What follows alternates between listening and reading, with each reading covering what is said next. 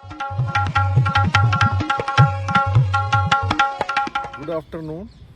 मैं डॉक्टर राकेश कुमार पावा। आज हमारे साथ हैं स्वामी सुरेशानंद जी, जो कि advocate by profession high court में हैं। और इनकी क्वालिफ़िकेशन के बारे में बात करें तो ये एमकॉम हैं, सीए हैं, कंपनी सेक्रेटरी हैं, एमबीए हैं, एलएलएम हैं और अन्य कोर्स किए हुए हैं, जो PGDM marketing, PGDM finance, insolvency and degree from institute of insurance. आइए इनसे चर्चा करते हैं। हेलो।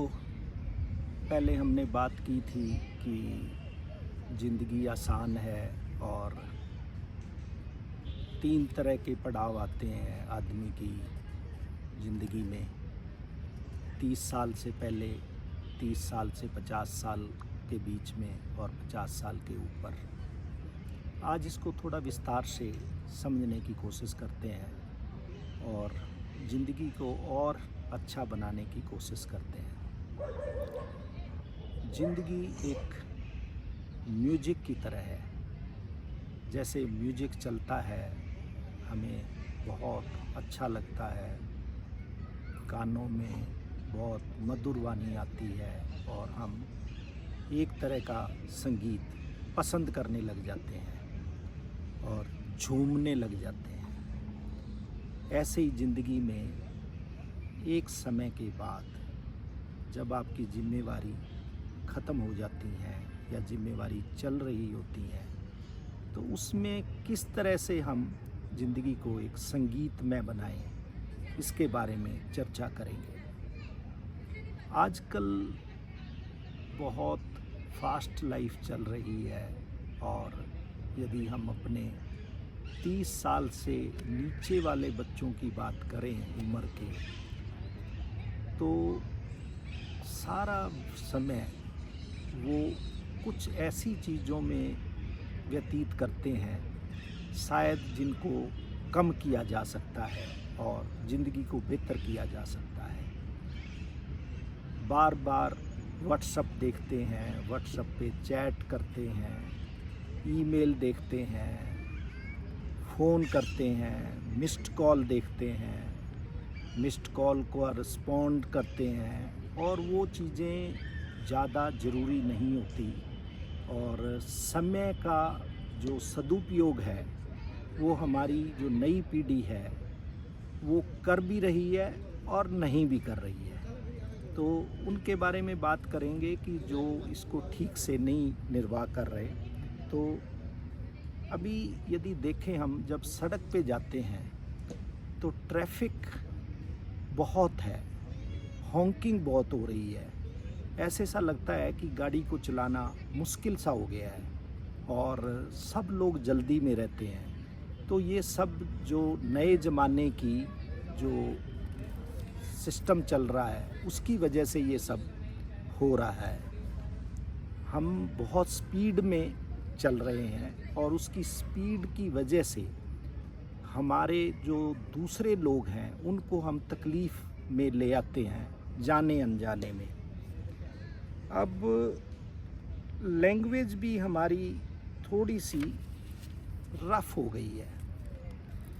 लैंग्वेज पे भी थोड़ा सा वाणी अच्छी रहे तो ठीक रहेगा और उससे काफ़ी चीज़ें हमारी जाने अनजाने में हम लोगों को नाराज़ कर लेते हैं। या तो मैसेज गलत डालते हैं या फ़ोन पे गलत बात करते हैं या इन पर्सन कम्युनिकेशन हमारा कुछ रूखा सा होता है जिसका कुछ और मीनिंग लगा लेता है आदमी। हमें नेचर के नज़दीक होना चाहिए। आपकी कुछ भी उम्र है, हमें एनिमल लवर होना चाहिए, हमें नेचर लवर होना चाहिए, हमें स्ट्रॉन्ग बॉन्ड बनाना है सब लोगों से और वो आसानी से बन जाता है। उसकी वजह है कि यदि आप सबसे थोड़ा सा डेलिब्रेटली प्यार से बात करें, एक दूसरे की मदद करें फैमिली में और एक दूसरे की गलत और सही बात को सही समझें, तो सब ठीक हो जाएगा। जब आदमी परेशान होता है तो कई बार ठीक से बात नहीं करता है। बुजुर्ग के ऊपर फाइनेंशियल स्ट्रेस हो तो भी वो थोड़ा चिड़चिड़ा हो जाता है। तो आपके पिता माता हैं वो, तो उनके साथ तो आप ठीक से व्यवहार कर सकते हो, वो आपको बहुत प्यार करते हैं और उनका ना लव अनकंडीशनल है बच्चों की तरफ। तो 30 साल से नीचे वाले जितने भी लोग हैं उनको एक चीज़ समझनी है कि यदि उनके मिजाज बिगड़े हुए हैं तो उसकी कोई वजह है जिसकी वजह से मिजाज बिगड़े हैं, नहीं तो वो सब कुछ आपको कट करके सब देने के लिए तैयार हैं। पर इसको समझना पड़ेगा।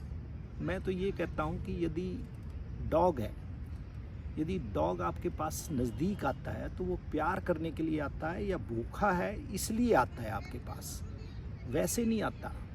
जनरली आपको काटेगा नहीं वो और आपके लिपट जाएगा।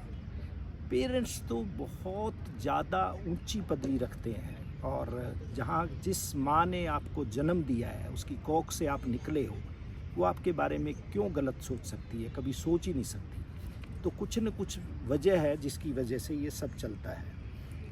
अब मैं 30 साल से नीचे वालों को एक चीज़ और बताना चाहता हूँ कि कुछ सेविंग का एटीट्यूड रखिए, कुछ पेरेंट्स की केयर का एटीट्यूड रखिए, रिश्तेदारों को जानने की कोशिश करिए। आपको पता होना चाहिए कि आपकी बुआ कौन है, आपका फुफ्फड़ कौन है, आपकी मासी कौन है, आपका मासड़ कौन है, उनके बच्चे कौन हैं, उनके बच्चे क्या करते हैं, किस क्लास में पढ़ते हैं। तो ये सब जानना ज़रूरी है और यदि आप ये जानोगे तो आपको ज़िंदगी का रस आने लग जाएगा। और माता पिताजी से यदि आप दूर भी रहते हैं, जनरली नौकरी के सिलसिले में आपको बाहर जाना पड़ता है, तो उनसे बात ज़रूर करिए। उनसे यदि आप 1 मिनट भी बात करोगे तो उनको अच्छा लगेगा। पता है, आपको पता होना चाहिए कि आपको बोलेंगे नहीं वो, पर आपके फ़ोन का इंतज़ार करते हैं और इंतज़ार करके देखते हैं कि मेरे बच्चे का फ़ोन आया है। तो ये उनके भाव होते हैं। कम्युनिकेशन स्ट्रॉन्ग रखना चाहिए।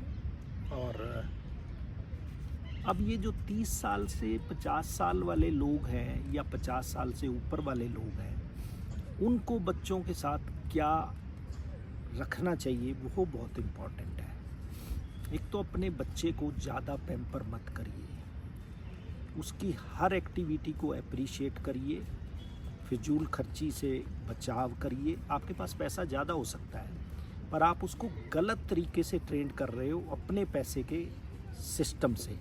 उनको बच्चों को रिस्पॉन्सिबिलिटी सिखाइए, उनको बैंकिंग सिखाइए, उनको स्टॉक मार्केट में इन्वेस्टमेंट करना सिखाइए।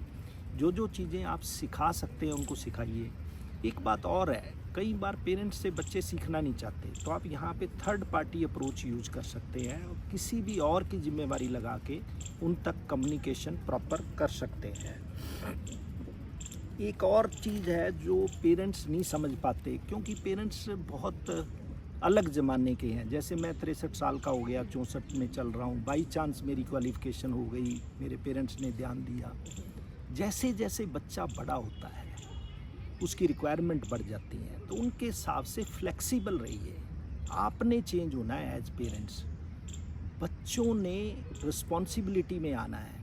आप भी ऐसे ही बिहेव करते थे जब आप बच्चे थे, आप ज़्यादा ख़राब बिहेव करते थे, तो आपने उनके साथ प्यार से उनको रिस्पॉन्सिबल बनाना है और उनकी हर चीज़ को मानने की कोशिश करनी है, साथ साथ टीच करना है।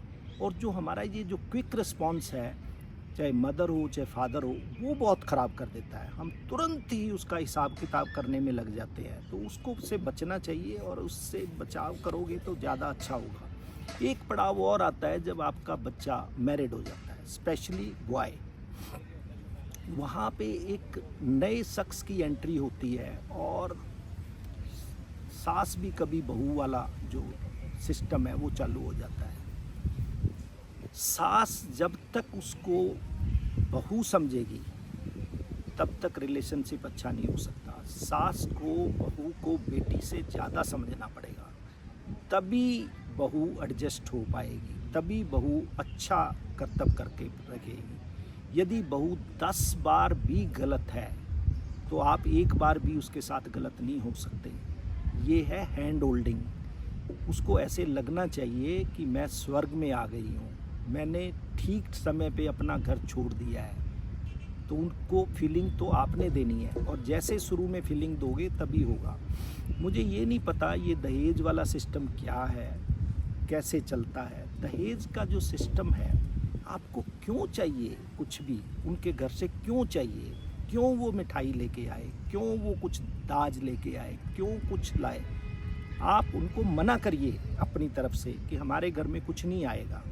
लाना ही है मिठाई का तो 250 ग्राम भी मिठाई आ सकती है, 500 ग्राम भी मिठाई आ सकती है। तो you have to be careful while dealing with the in laws.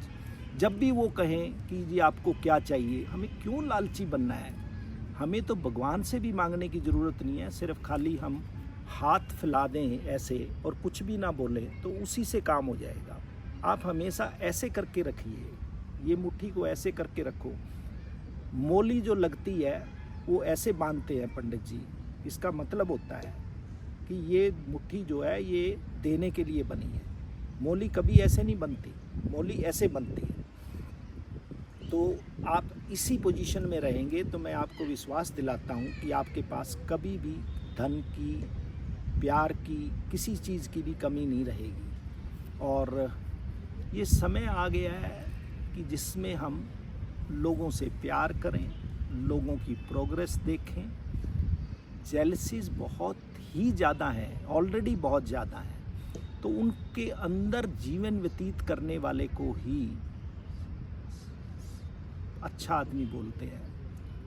एक बात बताऊं मैं आपको, जो बुरे से बुरा आदमी आपको दिखता है उसके साथ प्यार से आप बैठोगे और बोलोगे भाई साहब मैंने आपके साथ बैठ के चाय पीनी है, तो उसकी आंखों में आंसू आ जाएंगे। उसकी वजह है उसके साथ ऐसे कभी कोई बैठा नहीं। पिछले 1 महीने से, 2 महीने से, 5 महीने से इतने प्यार से किसी ने बात नहीं की। उसका दर्द छलक जाएगा।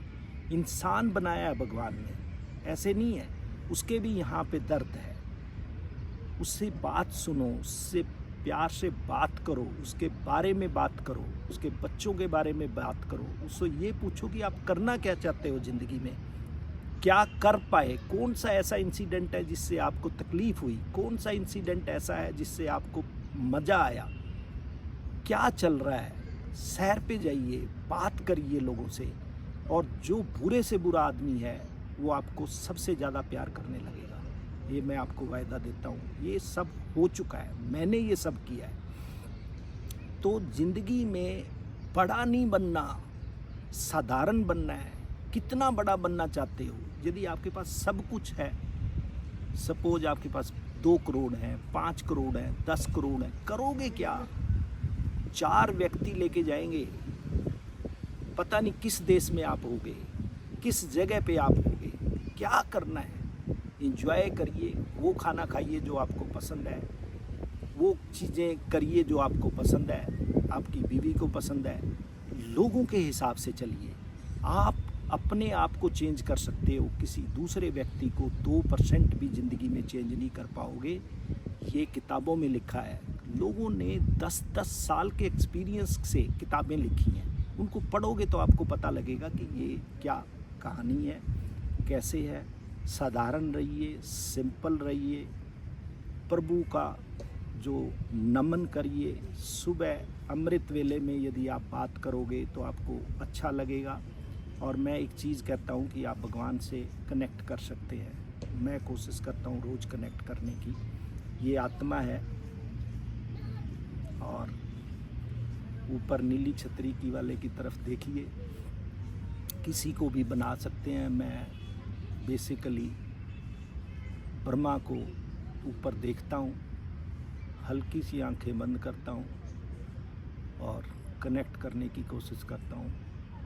धीरे धीरे धीरे धीरे अमृत वेले में कनेक्ट हो जाते हैं। जब आप कनेक्ट करते हैं तो आप उनसे कुछ मत मांगिए, खाली सिर्फ ये वाला काम करना है आपने। और सिर्फ ये, आप 5 मिनट टिक सकते हैं, 10 मिनट टिक सकते हैं, 12 मिनट टिक सकते हैं। शुरू में 30 सेकंड भी मुश्किल होगा, तो सब कुछ मिल जाएगा। यही मैं इस वीडियो में बताना चाह रहा हूँ। Thank you.